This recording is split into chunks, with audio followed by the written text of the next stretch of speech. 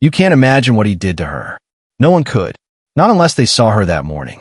Not unless they saw the blood dried into her skin, the bruises swallowing her arms, the shame in her eyes that no dust could hide. Evelyn was just 23, too young to carry the weight of horror, too old to still be called a child. And ever since her mother died, she had been trapped in a house that never felt like home. He was her stepfather. The neighbors stopped asking about her a long time ago. Every time they heard shouting from that house, they just turned the lanterns down. In a small town, silence is sometimes the cruelest thing of all. A man whose breath reeked of whiskey and whose soul reeked of rot. He didn't raise her. He kept her like an animal behind walls and locked doors. He started with words, then fists, then nights that lasted too long. And on that night, the night the desert held its breath, he came home worse than usual. Bottles swinging in one hand, madness burning behind his eyes. She tried to run. He caught her. She begged. He didn't listen. The struggle was brutal. The floor shook. The air was split with sounds no one should ever hear. Wood cracked. Fabric tore. Her breath disappeared. When it was over, Evelyn couldn't move. She stared at the ceiling like it might swallow her. But she didn't cry. She had cried too much. Instead, she crawled to the door, then to the edge of the porch, then into the wild. No shoes, no plan, just pain. The dry earth scraped her knees. Cactus needles stung her thighs. Her torn clothes hung from her shoulders like dust. She didn't know how long she'd been walking. The stars above blurred into one long streak of light. Every sound made her flinch. A coyote, the wind, her own heartbeat. But still she walked because stopping meant remembering. At some point they fell away completely. Her body was all cuts and bruises now. Open wounds over old scars. Even a moon seemed to look away. She wandered through the night, alone and broken. By sunrise, she collapsed near the edge of a dusty trail. Her breath was shallow. Her skin burned from the rising sun. That's when she heard hooves, a shadow, a man, a horse. He was tall, older, built like a wall of stone. His face was worn by time and war. His clothes dusty like the land he came from. A red scarf around his neck, his hand resting gently on the holster at his side. He wasn't just a rancher. He was something else, something colder, something quieter. Evelyn gasped. She grabbed the closest thing she could find. Dry palm leaves. She wrapped them around her body as best she could, dropped behind a bush. Trembling, her eyes met his. She didn't speak at first. Didn't know how. But then the words broke free. I'm begging you. Hurry up. She wasn't even sure what she was asking for. Hurry and leave. Hurry and forget she ever existed. Hurry before she broke apart again. But he didn't turn away. He didn't say a word. He took one step forward. And her heart stopped. Who was this man? Would he hurt her too? Or was he the first soul in years who'd do the unthinkable not with violence, but with kindness? In a place where monsters wore familiar faces? Could a stranger become the only safe thing left? Or was that just another lie waiting to happen? When he first saw her, Thomas didn't think. He just moved. Years of soldier instinct told him she needed help. So he pulled off his jacket and wrapped it around her, careful not to scare her more. She trembled like a leaf in the wind. Her skin was cold, her eyes empty, her lips cracked. He didn't ask questions. He didn't say a word. He just lifted her gently, carried her to his horse, and rode toward the ranch. The ride was quiet. Only the wind spoke. Her head rested against his chest. And for the first time in years, Thomas felt something alive in his heart again. He had carried wounded men before, but this felt different. This wasn't duty anymore. This was something he didn't have a name for. When they reached his ranch, he laid her on an old couch by the fireplace. He lit the fire, boiled water, and brought out clean cloth. She watched him through tired eyes, not knowing if she should trust him. He didn't look at her the way other men did. He just kept working, steady hands, quiet breathing. Later, when she woke, she found herself wrapped in a blanket that smelled like cedar and smoke. Thomas sat across the room, staring into the fire. He didn't move, didn't talk, just sat there like a statue of silence. She whispered, barely audible, "Why are you helping me?" He looked up, met her eyes for a second, then said, "Because somebody once helped me." She didn't know what to say. For a moment, there was peace, the kind that feels fragile like glass about to break. Days passed. Thomas cooked simple meals, fixed her wounds, and spoke little. She started to ask about him, about the medals on the wall, about the scars on his arms. He told her bits and pieces, how he had fought wars that took everything from him, how he came out alive but lost the will to stay among people. The ranch was his exile. Until she showed up, Evelyn started to help around the place, cleaning, cooking, trying to give something back. Sometimes she smiled just for a second, and Thomas noticed. He pretended not to, but he did. At night, she still woke up screaming. He never went to her room, but she knew he was sitting awake by the fire, waiting till she fell silent again. Two broken people learning how to breathe in the same space. Neither asking too much, neither running away. But peace never lasts long in the wild.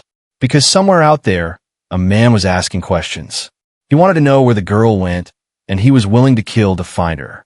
What happens when the past rides back into town? Will Thomas protect her again, or lose everything twice? For a few weeks, life at the ranch felt almost normal. Evelyn laughed again, though never for long.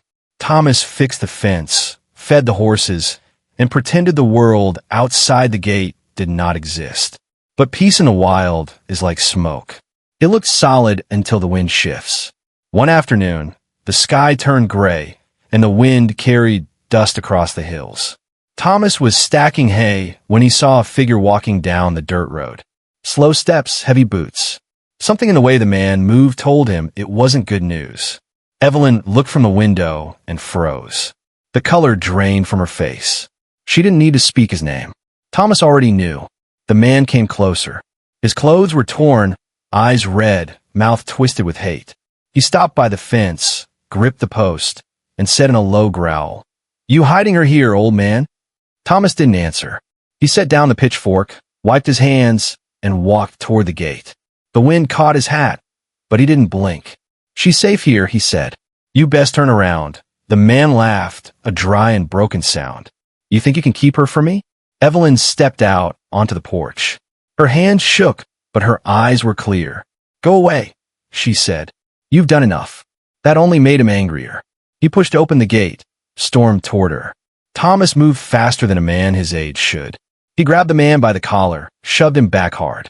For a second they stared at each other, both breathing heavy, both remembering different wars. Then the man swung first. Thomas blocked, then hit back. A short, hard fight, the kind that ends before you realize it started.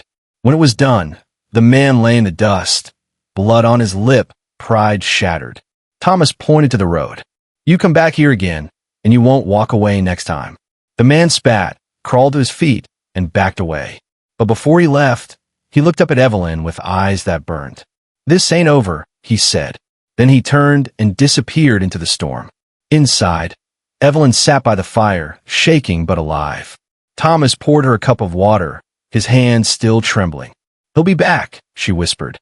Thomas nodded. "Let him try." That night, the wind never stopped blowing. Every creak of the barn made Thomas reach for his gun. He didn't sleep. Neither did the desert. Outside, thunder rolled over the hills, the calm before the next storm had begun. If you're still here, take a sip of your tea. Tell me what time it is, where you are, and where you're listening from. And if you want to know what happens when he returns, hit subscribe, stay close, and don't blink. The wind carried the smell of rain that morning. Thomas felt it before he saw the clouds. Storms always came twice in the desert. Once from the sky, once from the past. Evelyn was hanging laundry behind the barn when she heard the sound. Hoofbeats again. Not one horse this time. Too fast, determined. Thomas stepped out of the workshop, shotgun in hand, his face tight. He didn't need to ask who it was. Some men you can hear before you see. The riders stopped at the gate. One was the man he'd already beaten. The other was taller, cleaner, and far more dangerous. A face that smiled without warmth. Evelyn whispered, "That's him. He buys people." Thomas felt something dark twist in his chest. Not fear, anger. The man in the hat tipped his head, calling out, "Hand her over, old man. We'll be gone before sunset." Thomas raised the shotgun. Not a chance. The man laughed softly. Didn't think so. Then everything exploded. The first shot tore through the air. Splinters flew from the barn wall. Evelyn ducked behind the trough, grabbed the small rifle Thomas had taught her to use. Her hand shook, but her aim was steady. Thomas moved like the soldier he used to be. He fired once, then again.